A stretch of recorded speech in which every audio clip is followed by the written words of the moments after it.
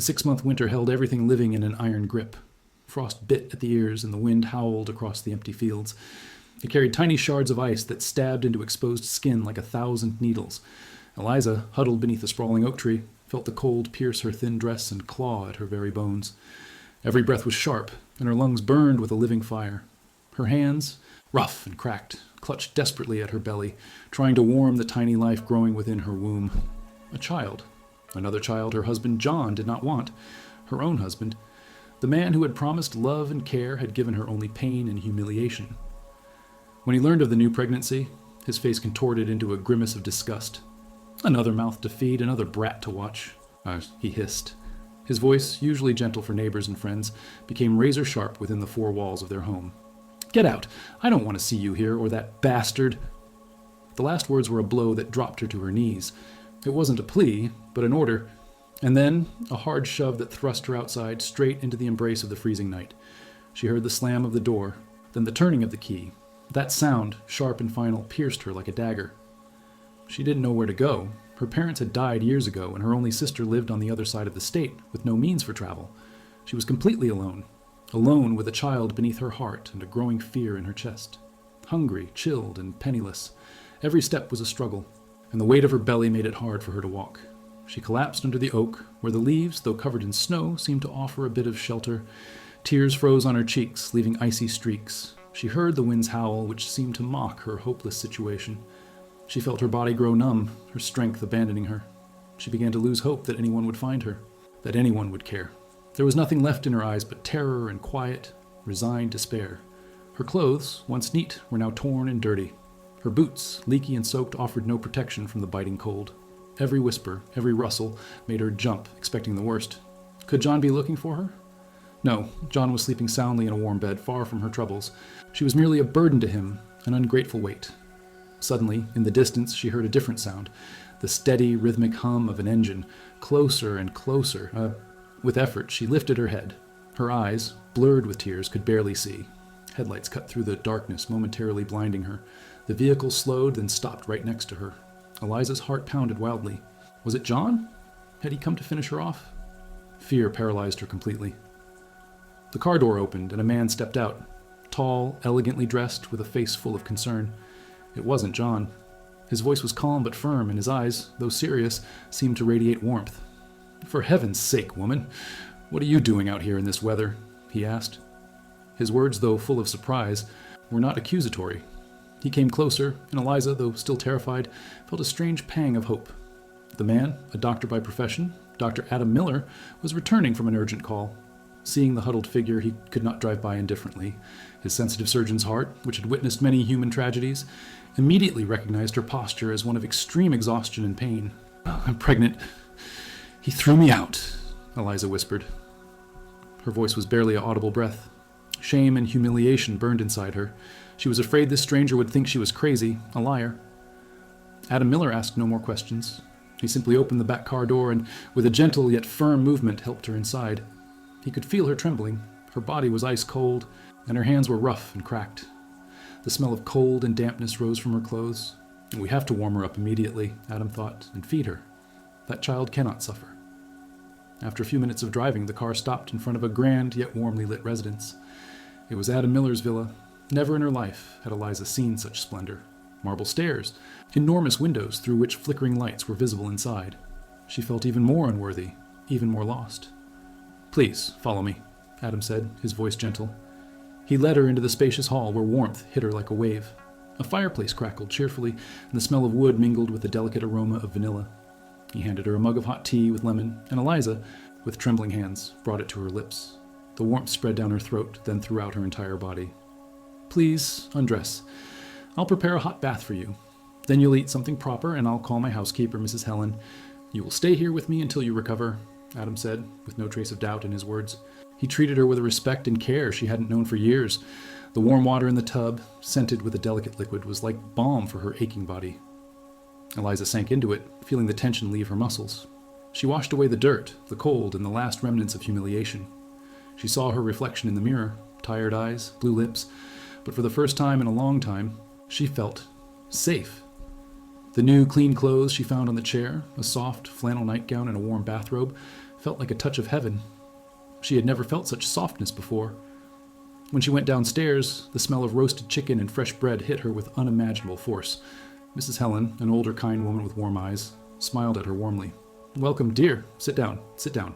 You need to eat to regain your strength," she said, handing her a plate full of delicious food. Eliza ate slowly, savoring every bite, feeling the warmth and fullness spread through her body. She was grateful for every mouthful, for every ray of hope. Adam watched her closely. He saw how her eyes, once empty, were beginning to regain their spark. He saw how fear was slowly giving way to something else. Something about her, and her quiet dignity, had moved his heart. The next few days were like a dream. Eliza slept in a clean bed, ate her fill, and felt safe. Adam treated her with extraordinary delicacy. He talked to her. He did not judge. She felt that, for the first time in years, someone saw her, someone heard her. However, the shadow of the past still hung over her. One day, as Eliza walked in the garden, she heard the crunch of gravel. She saw John. He stood at the gate, his face contorted in feigned sadness, but a treacherous spark lurked in his eyes. "Eliza, darling, come back to me. I was stupid. I realize my mistake. We must be together for the child's sake," he shouted. His voice, though sweet, sounded false. Eliza felt her heart clench with fear. She knew it was a lie. She knew John would never change. But what if Adam believed him? What if he thought she was a hysterical, unstable woman who exaggerated her problems? What if this paradise she had just found suddenly vanished? John looked at her, then at Adam's residence, and his gaze was full of venomous jealousy. She knew this wasn't the end. This was just the beginning of his revenge. Eliza looked at John. In her eyes, there was not only fear, but also a deep sense of betrayal that resurfaced.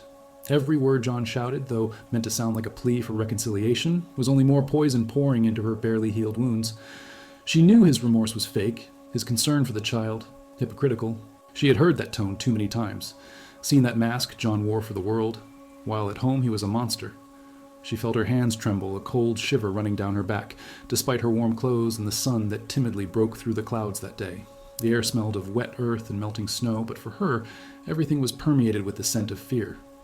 "John, please, leave," she whispered, her voice weak, almost inaudible. She was afraid Adam would hear, afraid he would see her in this state, afraid John would manage to destroy the fragile security she had so recently found. Her heart raced wildly, and her pulse pounded in her ears, drowning out the birdsong. John laughed bitterly. The sound was like the screech of metal. "Leave? And where am I supposed to go? Darling? To whom? To those commoners who think I'm some kind of monster? Do you see what you've done? People are talking, Eliza, whispering behind my back that I threw you out. You're the one destroying my reputation. And that rich man, do you think he really wants you? He's just playing the savior, and you're his new toy." His words, spoken with venomous precision, struck her with brutal force. Eliza felt the ground disappear from under her feet. John had always been able to manipulate, always able to twist the story, portraying himself as the victim, and her as the cause of all evil. His eyes, staring at her, were full of hatred, despite the feigned concern on his face. She saw in them the same cruelty she had seen when he pushed her out the door into the freezing night. From a distance, from inside the house, a faint sound of an opening door was heard. Eliza turned her head and saw Adam. He stood on the terrace, a mug of coffee in his hand, looking in their direction. His gaze, initially calm, was now troubled. John immediately changed his expression, his mouth twisting into a look of complete sadness and despair. "Adam, brother, please help me. My wife, she's sick. She's delusional. She thinks I hurt her, that I threw her out. But I love her. I love her and our child. It's all because of this illness, because of these hormones. She needs help, real help, not escaping reality." John began to fake tears, his voice cracking, and he started wiping invisible tears from his cheeks. Eliza felt the blood drain from her face. John was playing at the highest level, using her pregnancy, her vulnerability to destroy her credibility. She was afraid that Adam, a man with a good heart, would believe this perfidious scheme. She was afraid his reason, his medical knowledge, would suggest to him that she really was sick, unstable. Adam walked down the steps, his pace sure and steady. As he approached them, Eliza felt her heart beat even faster. She felt naked, defenseless, exposed to judgment. On one side, John, the embodiment of evil trying to destroy her, and on the other, Adam, her savior, who could in an instant become her judge. "What's going on here?" Adam asked, standing right next to Eliza. His voice was calm, but a shadow of concern lurked in his eyes. He looked at Eliza, then at John. His gaze was piercing, scrutinizing. John immediately seized the opportunity. Adam, please. My Eliza needs care, but with us, in our home, she's pregnant, Hormones are raging. She has these strange ideas that I hurt her, that I threw her out. But it's not true. I would never do that to her. She just needs stability, a return to normalcy. John said it with such conviction, such feigned concern, that Eliza herself doubted her memory for a moment. Was it possible that this was all just a dream, a nightmare? Adam looked at Eliza. There was no condemnation in his eyes, but she saw a shadow of doubt. She felt John triumphing, his words driving a wedge between her and her savior. She felt herself slowly, but surely, sinking back into the abyss of fear and despair. She heard John continue his tirade, painting a picture of a poor, sick woman who needed the care of her loving husband. She felt his lies wrapping around her like a cobweb, stifling her voice, her truth. Suddenly, from behind John's back, a different figure appeared out of nowhere. It was a man Eliza had never seen before. He wore a dark suit, and his face was serious and inscrutable. He held a briefcase in his hand, and his eyes, though looking at John, seemed to see right through him. "Mr. John Smith?" the stranger asked, his voice low and firm, abruptly interrupting John's monologue. John turned sharply, startled. His mask instantly dropped, revealing anger and irritation. "And who are you?" he snarled, his voice sharp, devoid of sweetness. "I am attorney Peter Williams," the stranger replied, his gaze falling on Eliza, then on Adam. "I represent Ms. Eliza Smith, and I have some documents for you, Mr. Smith, which may be of interest to you. They concern alimony and the division of assets." Attorney Williams's words rang out in the air like a thunderbolt. John went pale, his eyes widening in shock. Eliza felt a strange pang of hope, but at the same time, the fear of the unknown, of what else John might do to destroy her life, still held her in an iron grip. This unexpected turn of events, the appearance of a lawyer, was like a lightning strike, yet it also foreshadowed another dangerous storm. John, his face contorted with rage, looked at Eliza, and a new, even more venomous spark appeared in his eyes. She knew this wasn't the end. This was only the beginning of his true revenge. The air around them thickened, saturated with tension. Attorney Williams's words, though calm and factual, struck John with the force of a hammer, shattering his carefully constructed facade. He paled, and drops of sweat appeared on his forehead, despite the cool air. Eliza felt a sudden rush of adrenaline, hope mixed with overwhelming fear. She knew John would never let go, that his anger, once aroused, would be destructive. "Alimony? Division of assets? What are you talking about?" John snarled, his voice unnaturally high, trembling with fury. He cast a look of pure hatred at Eliza that pierced her like a dagger. "It's her, that crazy woman coming up with things again. She wants to rob me, to destroy me. She's my wife. We're family." Attorney Williams was not provoked. His face remained impassive, and his voice was calm and composed, which only amplified John's irritation. "Mr. Smith, I have a letter from the court with me. Ms. Smith has filed for separation, citing your fault, as well as for interim support payments for the duration of the proceedings and for the future child. We also have evidence of physical and psychological abuse, as well as your attempt to dispose of your wife in unfavorable weather conditions." The last words sounded like a verdict. John gasped for breath. His eyes, which had been full of venom, now expressed pure shock and disbelief. He looked at Adam, searching for an ally, but the surgeon stood motionless. His face was serious, and his gaze fixed on John was sharp and judgmental. Adam said not a word, but his silence was more eloquent than 1,000 words. Eliza felt her heart, which had been pounding wildly just moments before, suddenly calm down. The lawyer's words were like a cool rain extinguishing a fire. She felt she was no longer alone, that she had support, that her truth would finally be heard. But at the same time, she knew this was only the start of the real battle. John would not give up without a fight. He was too proud, too possessive, too greedy. "It's a lie, all lies." John finally regained his voice, his words shaking with fury. "She's sick, mentally ill. She's making things up. She's always been unstable. That man is manipulating her. That rich doctor who thinks he can buy anything, even someone else's wife." John spat in Eliza's direction, his eyes burning with hatred. Attorney Williams did not flinch. "Mr. Smith, please remain calm. If you do not accept the documents, they will be sent by mail. I would also like to inform you that any attempts to contact Ms. Eliza outside of legal channels will be treated as harassment and may have further legal consequences." Adam, who had been silent until now, finally spoke. His voice was low and firm, full of authority. "Mr. Smith, Eliza is under my care. Any attempts to harass or manipulate her will be met with my firm reaction. I will not allow anyone to harm this woman, certainly not in my home."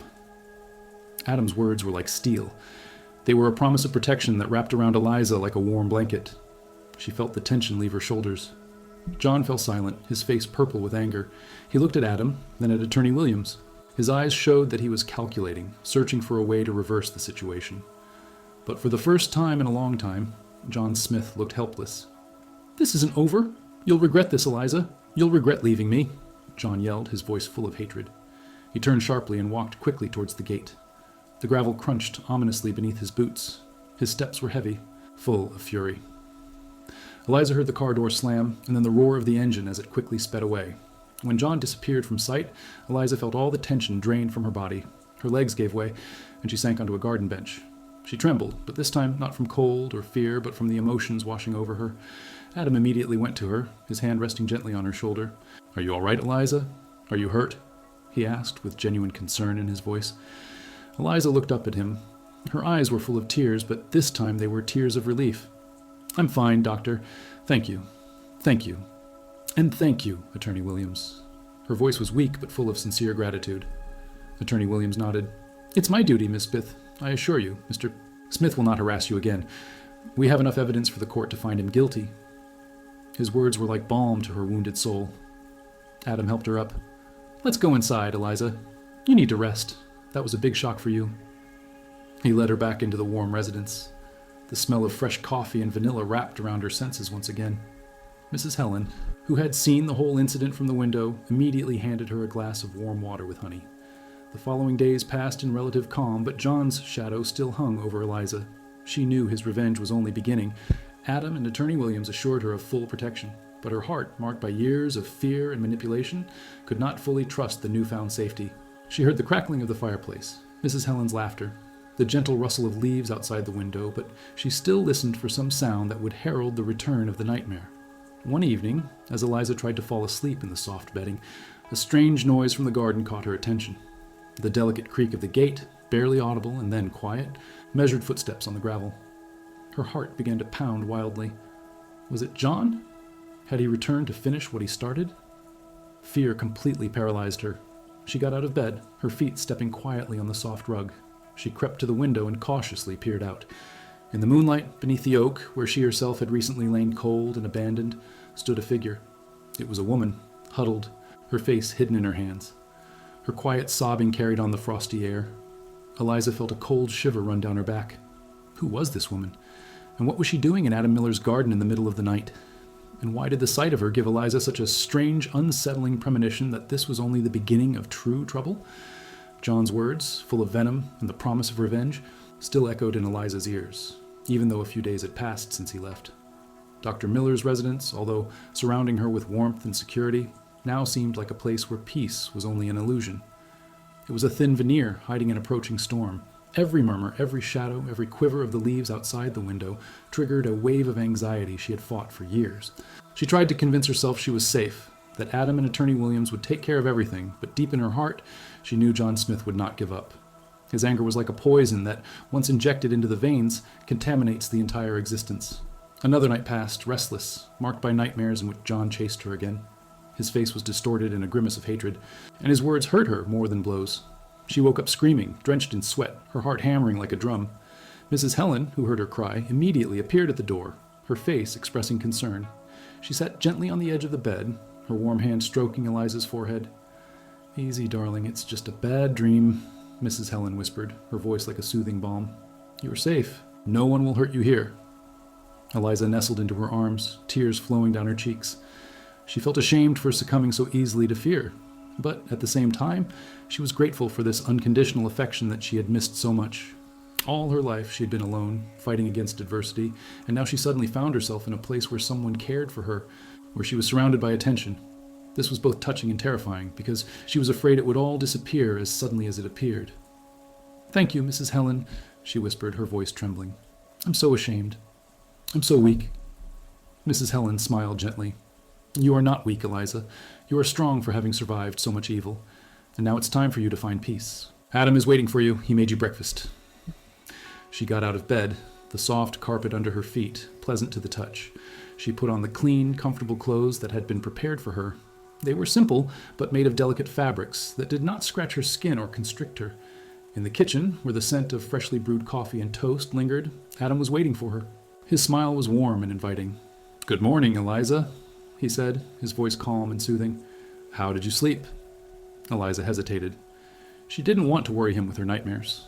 "Well, thank you," she lied, trying to make her voice sound confident.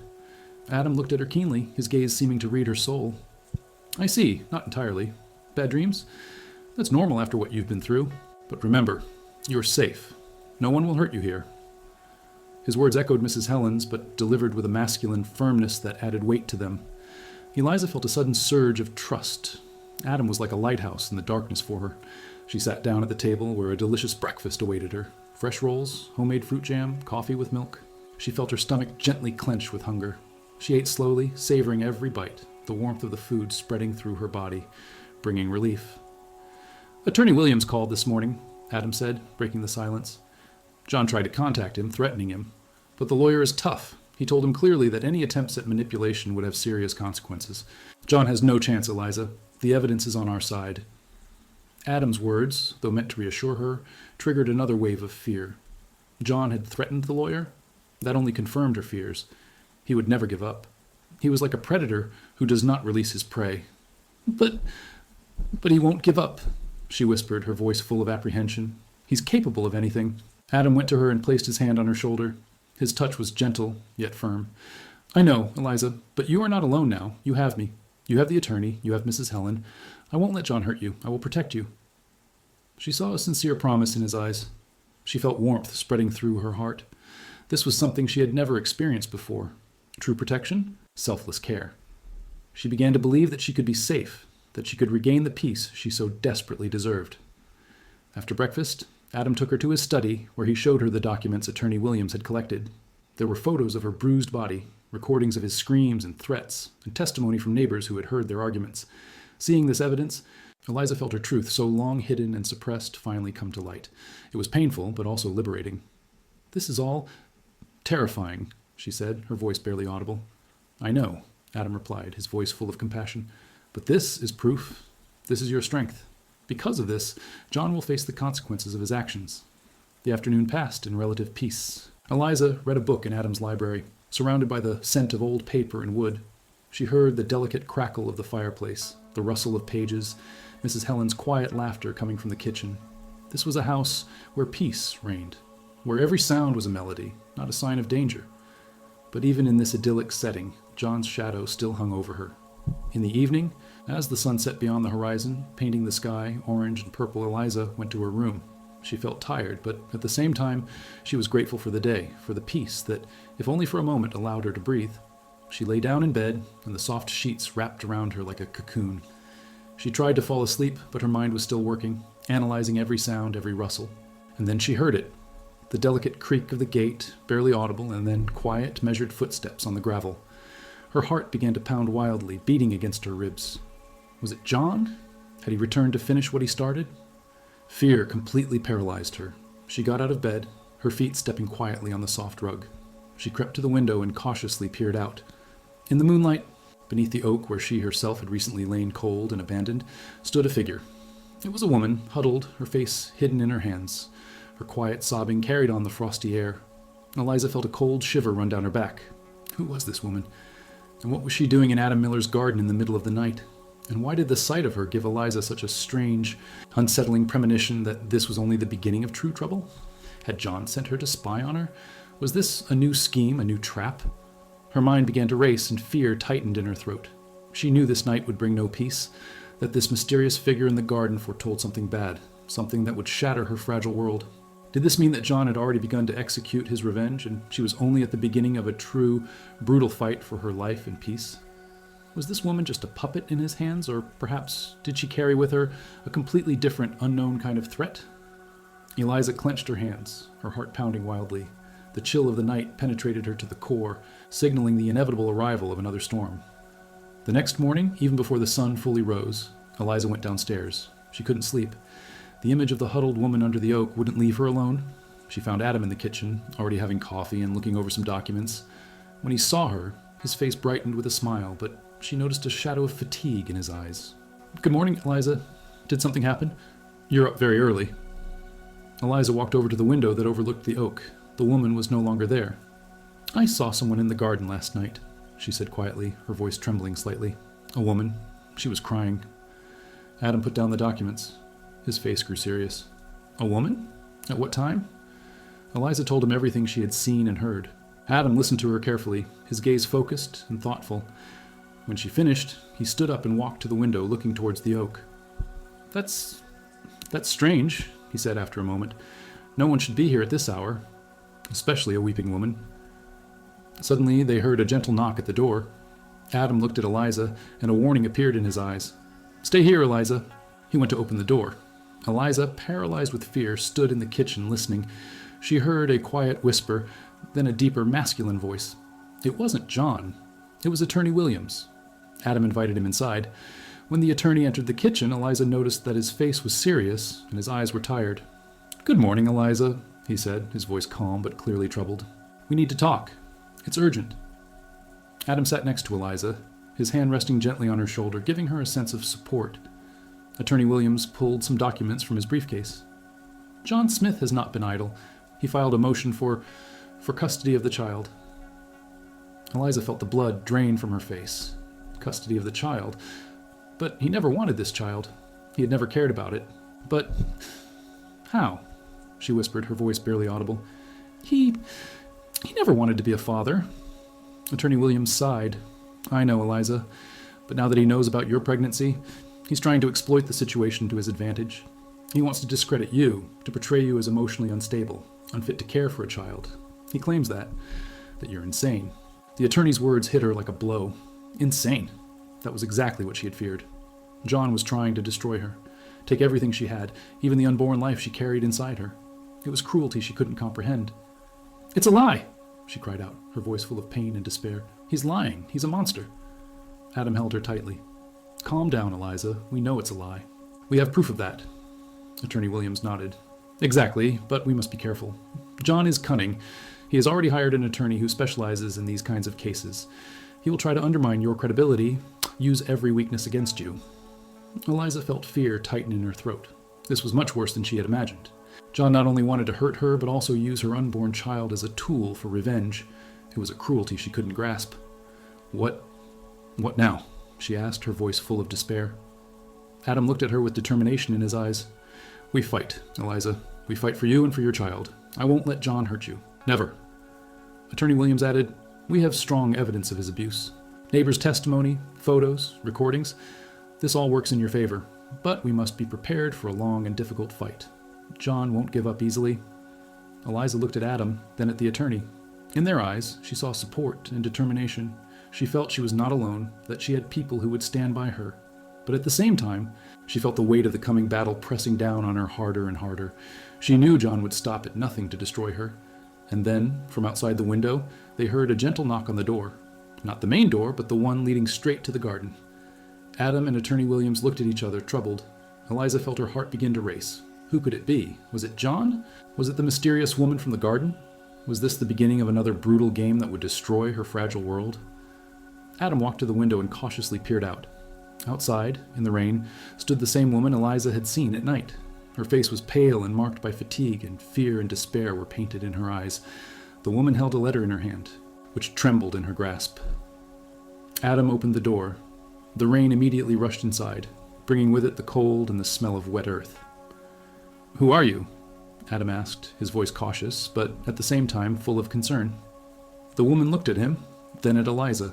Her eyes were full of tears. My name is Anne, she whispered, her voice barely audible. I am John Smith's wife. Everyone in the room froze. Eliza felt the ground disappear from under her feet. John's wife? But John had said he was divorced. It was a lie. Another lie. Anne held out a trembling hand with the letter. I need to talk to you. John is dangerous. He wants to destroy you. All of you. Her words were like a cold shiver that ran down Eliza's back. This was not an intrigue. This was something much worse. This was the truth that was about to shatter everything she believed in. Eliza looked at Adam, her eyes full of fear and terror. Did this mean John had even more secrets? Was Anne another victim of his manipulation? Was this story only just beginning, and was the true threat lurking right beyond the threshold? This night would bring more than just rain and cold. It would bring the discovery of a truth that would change Eliza's life forever.